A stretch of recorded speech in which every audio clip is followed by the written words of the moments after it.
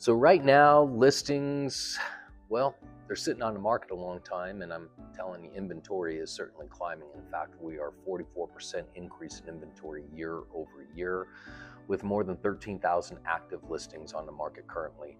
That is the highest amount of active listings that we've had in 15 years. Do you know every day that we allow our client's property to sit on the market, it's like reaching into their bank account and taking their money. It belongs to them.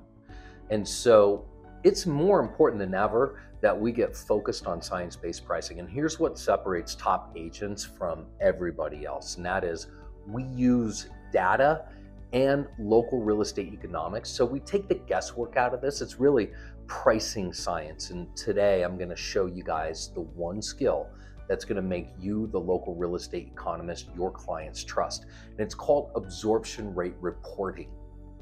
So let's start with the basics, and that is supply and demand economics.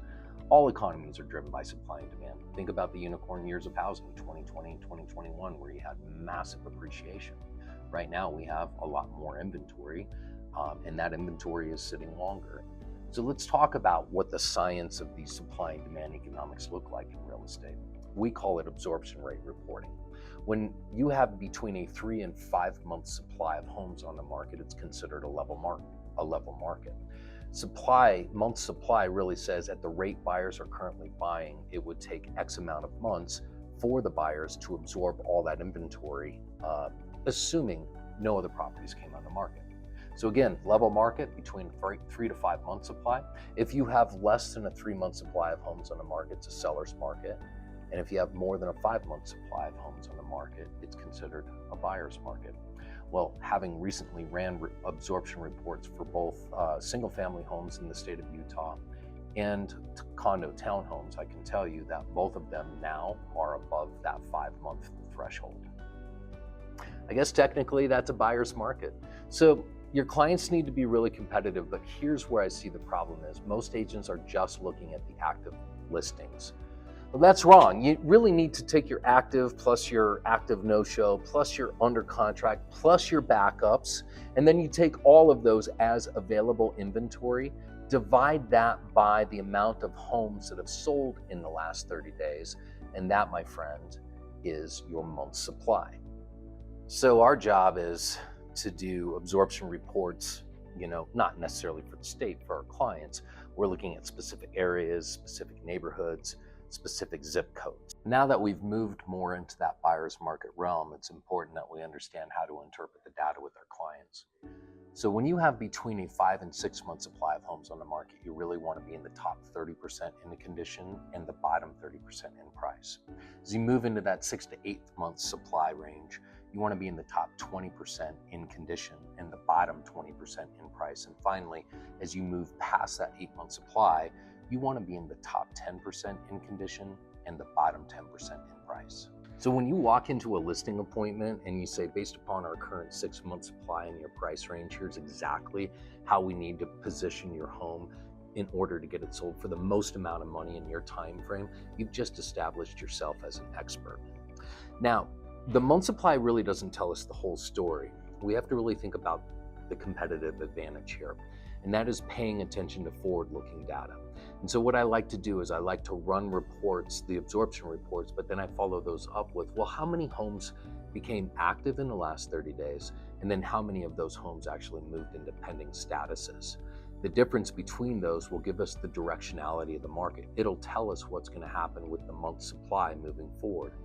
When you prepare your first absorption report for a listing appointment, make sure that you save that, because you'll use that as the baseline for each week that you're doing the absorption report moving forward. Something else I like to pay attention to with my clients are the average days on market. Most of us have that information on the MLS system, but I think what happens is we don't go to our specific areas or neighborhoods where our sellers have listings and look at the average days on market. We may, but are you looking at the average days on market for the properties that went into pending status? So if the average days on market for an active listing is 54 days, go and look at the ones that went pending in the last 30, 60 days. You're going to probably see that most of those had gone pending in less than 10 days. So that's how we take a lot of the emotion out of this for our sellers. And instead, we're just making informed decisions with our sellers.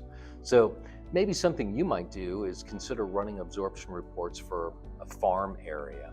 And make sure that you run these every single week. Break them down into different price brackets as well. Everything over a certain amount, we call that a capstone, and everything under a certain amount is a foundation. But then you have maybe 50 or 100 or 250,000 price increments in between. Look at what your month supply is. Each time you're running a month supply, also make sure that you look at the directionality of the market. How many became active in the last 30 days versus how many went pending in the last 30 days. Save those reports, run them every single week, and compare them week over week and start to draw trend lines so you can make informed decisions for yourself and help your sellers learn how to make more informed decisions. So knowledge is the currency that we spend to earn our clients' trust. Other agents out there winging it with their pricing, but you're walking in with science-based pricing, okay? They're making guesses, but you're making informed recommendations. And this is how you build a reputation as the go-to expert in your marketplace. So if you want to master this system and start positioning yourself as the real local real estate economist, then the next step is to come to one of our classes. If you can't make it to one of the classes, you can always book a one-to-one with me. We've got the absorption report formats. I can teach you about that. I can also teach you about what we call an activity index, which is another very useful strategy for science-based pricing. I want to help you implement these things so you can have certainty back in your business and get more of these homes sold. Thank you so much for watching. And remember, in a shifting market, the agents who succeed, they're the ones that lead with data, not hope.